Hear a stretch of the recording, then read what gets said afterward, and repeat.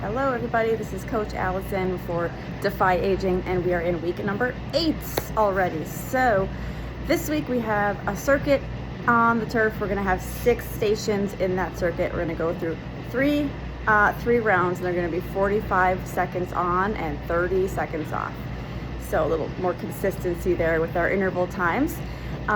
Full body, of course, and then we'll have a team builder at the end. So that was pretty short and sweet, right? Let's get to our demonstrations.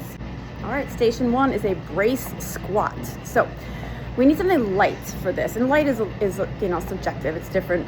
It means something different for everybody. However, I don't think I'd recommend over 10, and that, even 10 is a little much. So I have a 2-pound ball here.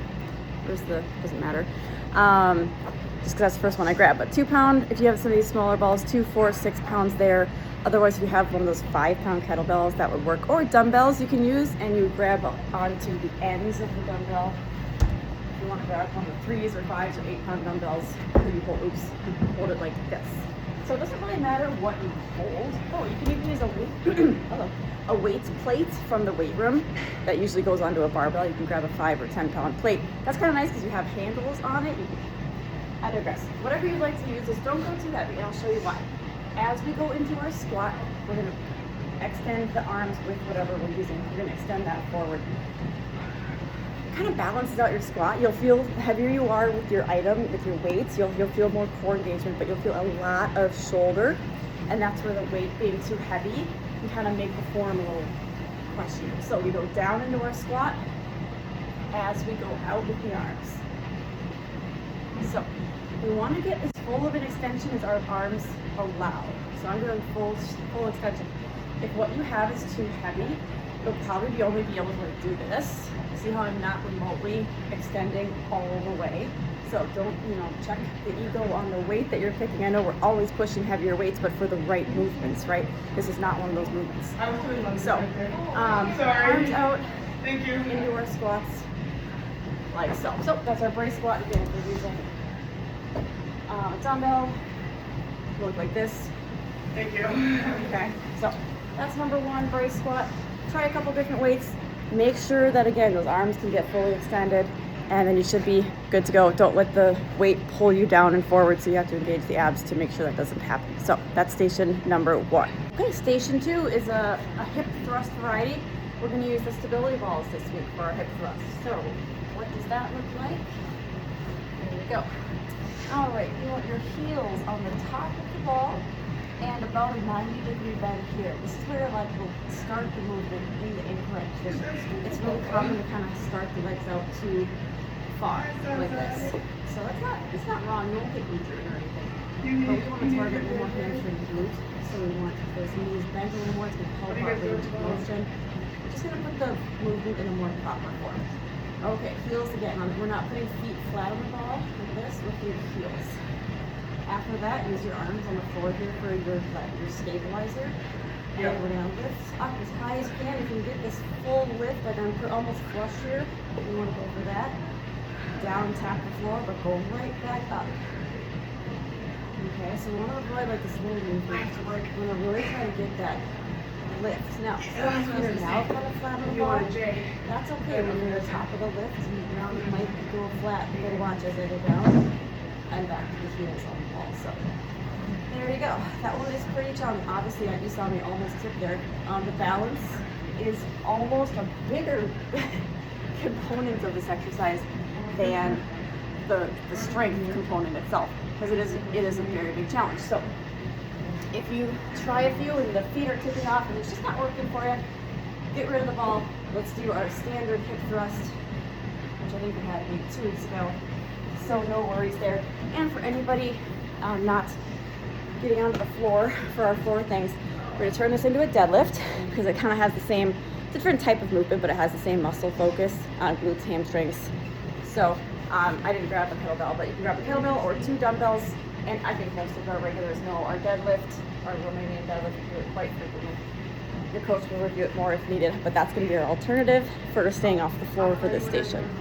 All right, everybody, station number 3, single arm chest press. We haven't had a chest press in a while, a couple of weeks. So I recommend sitting on the floor, grabbing the weight kind of in your lap, and leaning back with the weight already kind of under your lap, because then I just easily place the weight, the arm right where it needs to go. What we want to avoid is laying down first, then grabbing the weight, kind of doing like a to get it up, because that's not great on the arm and shoulder. So we're just gonna do a single side. Keep your legs bent that's for back support. It will add, it doesn't change your chest press at all, but it's for back support. And this is our single arm chest press move halfway through the set, which is a little tricky with 45 seconds, you know, but give or take halfway. We'll switch sides, so you'll get about 22 seconds on each side. Exactly 22 and a half seconds. Okay. Anyways, yeah, there you go. When you're down with the weight, make sure the elbow taps the floor. If you want that full range of motion, you want to avoid like this, where it's not coming down very far. Okay, so tap the floor, back up. When you're done, put the weight down like this. Again, safest way to put it down for your shoulder and your bicep muscles and tendons. And there we go. Anyone not getting onto the floor, I think I'm going to have the coaches, we've done this before, wheel an incline bench into the space. So you can sit on a bench, just lean back a little bit and be on an incline. It still works your chest. It works a little bit different place in your chest. It works a little higher, kind of getting towards the shoulder, but that's okay. We're not going to be that nitpicky. You can also, if needed, if we have a really full session, not enough benches, maybe your coach can hook up a band to do a standing band chest press. I'm not going to demonstrate all these because the demo would just be too long, but your coaches will know what to do if needed. Lots of options for that one. But let's hit some chest muscles this week. Next station, we have some agility ladder this week again. So we're going to go in and out, out, kind of common foot pattern. However, we're going to go, it's a lateral version. So we're going to go sideways while we're doing that in, out, out. I also called it lateral fast feet. That's kind of what it is, but that's fine. So start on one end, but we're going to go, so lateral means you're moving sideways, okay? So we're going to go in, I'm going to go slow, out, out. In, out, out, as you're traveling to the side.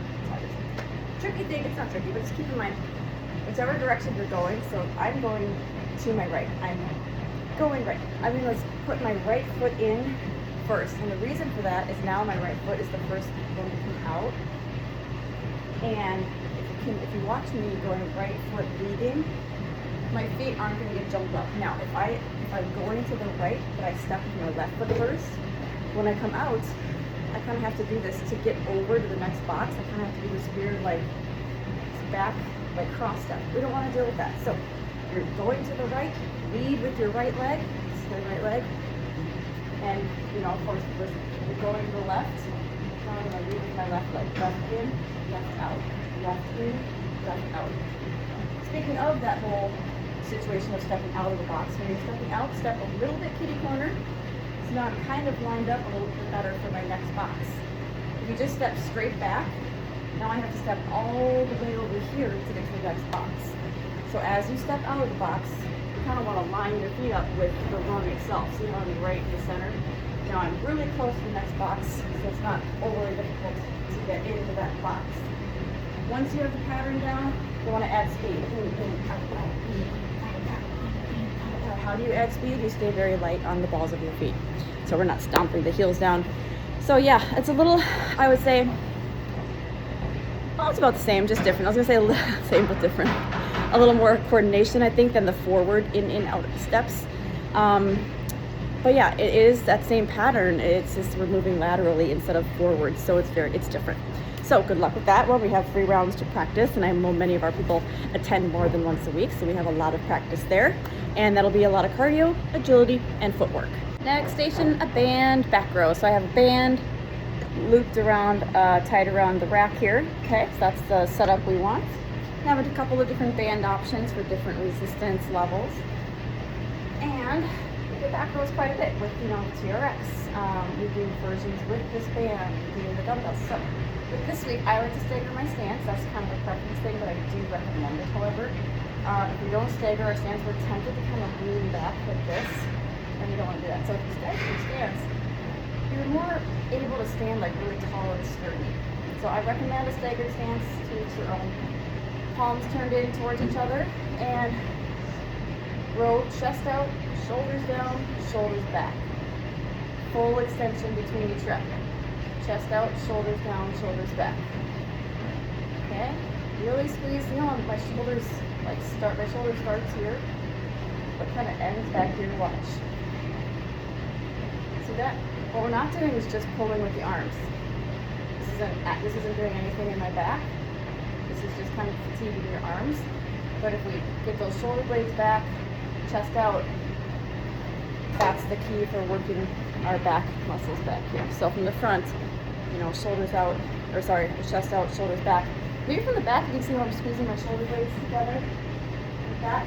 But it's just so important with the back row. If we're not focused on that and really staying mentally in it, and we're kind of our mind wanders, for a back row we start to just do what I kind of showed you not to do, is pull with the arms. This is doing nothing between the shoulder blades. We need this part. Can't emphasize that enough. So, band back row, station 5, I believe. Okay, final station is a core focus. It's going to be a single-sided dead bug. So, this one is a little tricky on the coordination. So, we're going to start with both legs stretched out. Okay. Whatever side you're going to be working, you're going to be moving maybe one leg at a time. So I'm going to use my left leg, and then it's the opposing arm. So my right arm is going to go up and back. Okay? And then bring the hand to the knee. Now I recommend, I don't think you should put it in the camera right. The leg that's the working leg, so my left leg here, ouch, now I have this. Watch my leg here. I'm not going to let it come all the way down into the floor. I'm going to keep it up off the floor a little bit to keep the muscles in the leg, and especially kind of the hip flexor here, and abdominals, keep those engaged as opposed to like resting all the way down between the set. Same with the arm. I'm not going to rest the arm fully down. I'm going to keep it up a little bit. So that's kind of the key here, is keeping those two limbs, that arm and that leg, off the floor, even in the extended position. And halfway through, we are going to switch sides. Same thing from the other side. Hand to knee, stretch. Hand to knee, stretch.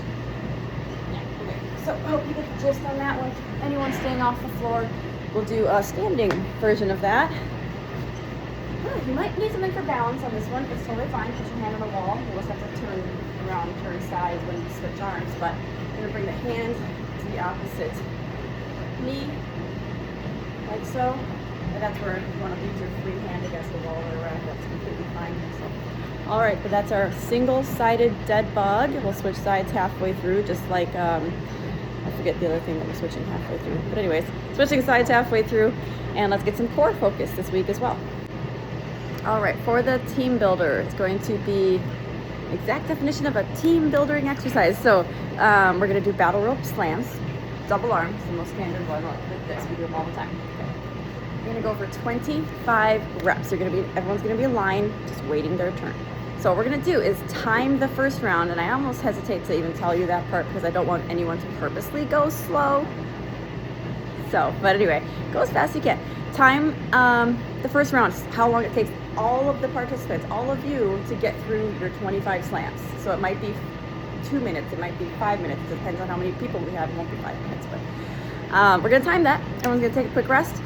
We're gonna do it a second time, and the goal is to beat that first time, but you still have to keep good form. So we're not gonna do sloppy little ones, we're gonna do full, real slams still.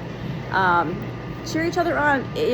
Part of the perk, the benefit of these groups is that peer encouragement and motivation. So we're going to cheer each other on to push our hardest. 25 slams for everybody through 2 times. Try to beat the time when you do the second round.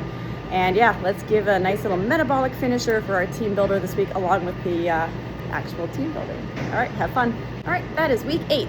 Hope everyone enjoys this workout for the week. See you back in week 9 with some more new stuff.